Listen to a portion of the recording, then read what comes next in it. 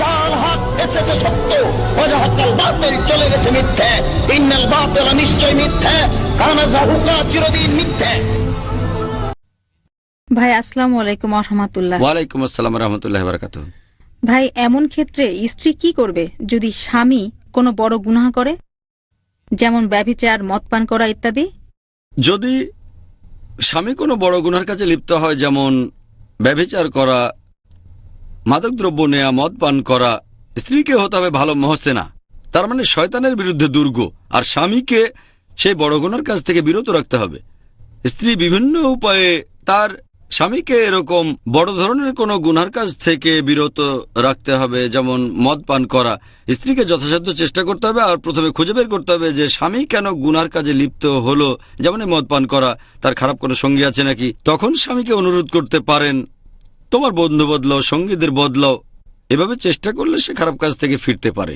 আবার কেউ যদি কারো স্বামী যদি ব্যভিচারে লিপ্ত হয়, এখানেও আপনি আগে কারণটা খুঁজে বের করেন, হয়তো এখানেও কারণটা খারাপ সঙ্গ অথবা কোনো খারাপ কাজে লিপ্ত হওয়া।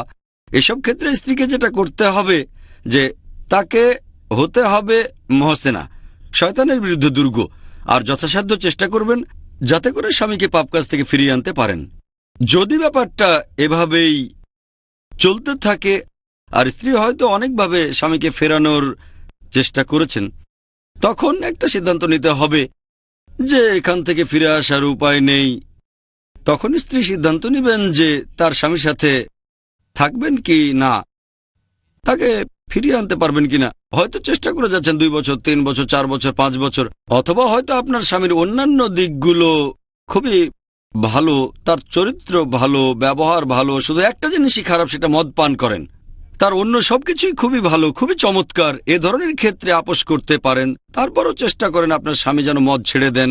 এই সিদ্ধান্তটা নিতে হবে স্ত্রীকেই। তিনি স্বামীকে এই গুনাহ থেকে ফিরে আসার জন্য বোঝাবেন, হাল ছাড়া উচিত না তার।